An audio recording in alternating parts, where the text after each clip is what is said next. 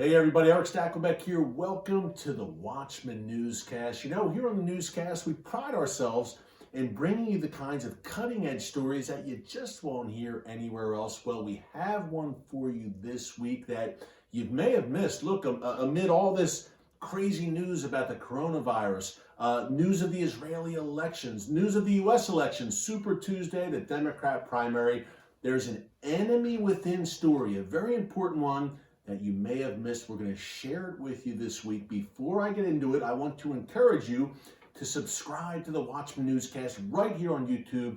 Subscribe to our YouTube channel. Give us a big thumbs up. Like what we are doing. Folks, we're growing by leaps and bounds here on YouTube, and we can't do it without you. So I want to thank you from the bottom of my heart for joining us every week right here on the Watchman Newscast. We've got a lot of great things planned for 2020, much more to come, but let's get in to that enemy within story I told you about at the top.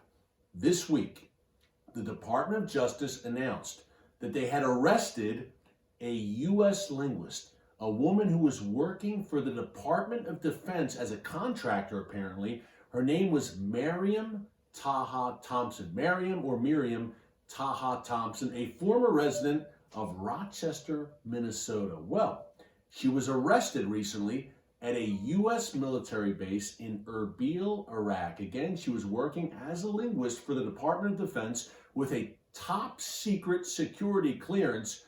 She was arrested and charged with attempting to share classified, top secret information with a Lebanese citizen who was closely tied to Hezbollah, the notorious terrorist organization, terrorist army that is controlled, financed, was created by the Iranian regime. Hezbollah is Iran's deadliest proxy, and no coincidence that they're dealing with a Lebanese citizen, folks. Hezbollah's stronghold is southern Lebanon, as we know. But the case of Miriam Taha Thompson is a very, very troubling one. Again, top secret security clearance, sharing classified information, allegedly. Let's get more on it here. FoxNews.com gave a little bit more details.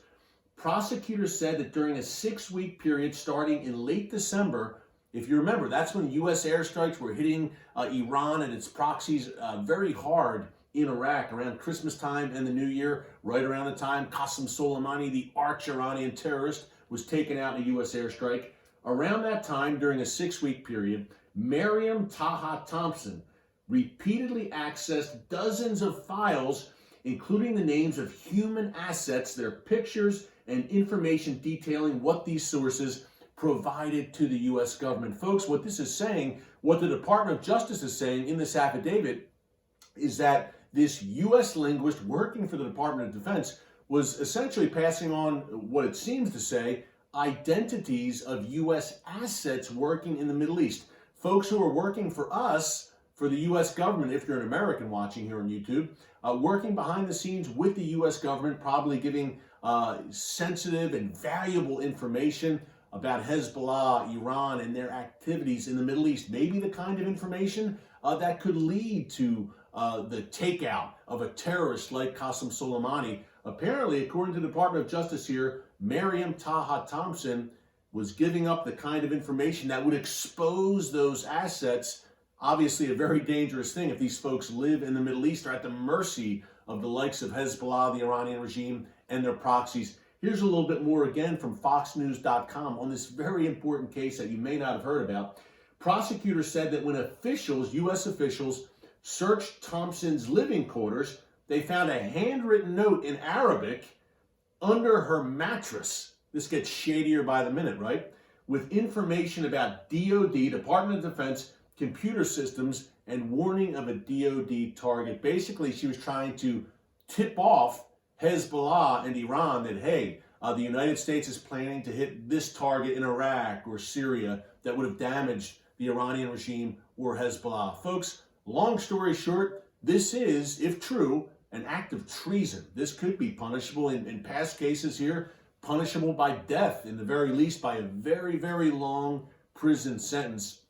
I think it's a very important story on a few levels. Number one, Miriam Taha Thompson was working for the U.S. Department of Defense on a top secret security clearance, a former resident of Rochester, Minnesota. So Taha Thompson is arrested for trying to pass classified information on to the world's most dangerous terrorist organization. Folks, that's a big deal. That's a fox guarding the henhouse, enemy within kind of story that we all should be concerned about. How was she able to obtain this very sensitive position at the Department of Defense, working for the U.S. government and the U.S. military? We don't know yet all the details of her hiring, but man, very troubling case here, obviously. And we know that the likes of Iran and Hezbollah would love to infiltrate sensitive positions in the U.S. government, media, academia, etc. As we've talked about in the past, the Muslim Brotherhood on the Sunni jihadi side, they've had great success at that over the past several years. That's number one. Number two, I think this shows very clearly that Hezbollah and the Iranian regime have a bullseye on the back of the United States. Folks, there's a reason that Israel, in these rallies that Iran and Hezbollah hold, is referred to as the little Satan, and America is the great Satan in their words, because we are the ultimate prize in their sick and twisted ideology. Israel is just a bump on the road to the great Satan, the United States. They don't chant death to America and stomp on American flags in Tehran and at Hezbollah rallies in Lebanon by coincidence. They mean what they say, folks, and look no further than the 1983 U.S. Marine barracks bombing. Hezbollah, at the orders of Iran, slaughtered some 243 brave U.S. soldiers. As a matter of fact, Hezbollah has more American blood on its hands than any terror organization other than Al-Qaeda. Number two, over the past few years, and we've talked about this on Watchman Newscasts, look at our archives, you can check it out here on YouTube, at least 3 Hezbollah operatives have been arrested on U.S. soil and charged with scouting potential terror targets right here in the United States, New York City, Boston, Washington, D.C., and elsewhere.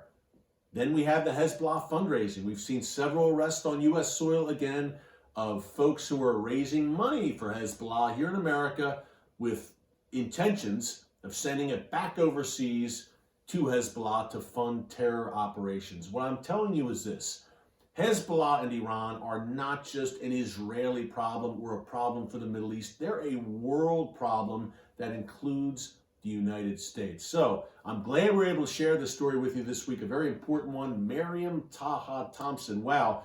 Great information on foxnews.com. You can also link to the Department of Justice affidavit and read more about it. Okay, before we go, just want to encourage you again, subscribe to the newscast. Hey, these are the kind of stories that you might not be hearing, certainly not in the mainstream media. So subscribe, tell your friends, family, co-workers, neighbors about it. Like what we're doing, give us a big thumbs up. Join our movement at Christians United for Israel. That's CUFI.org. Hey, 8 million followers of Jesus standing boldly with Israel for such a time as this. Join us at CUFI.org.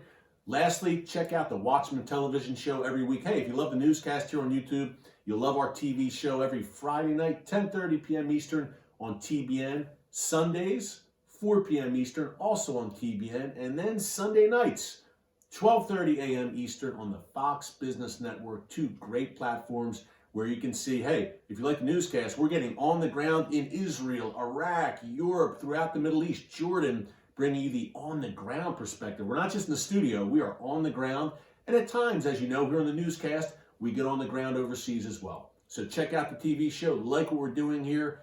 Thank you so much. We cannot do without you folks. Until next time, God bless you, and remember, never hold your peace. Take care.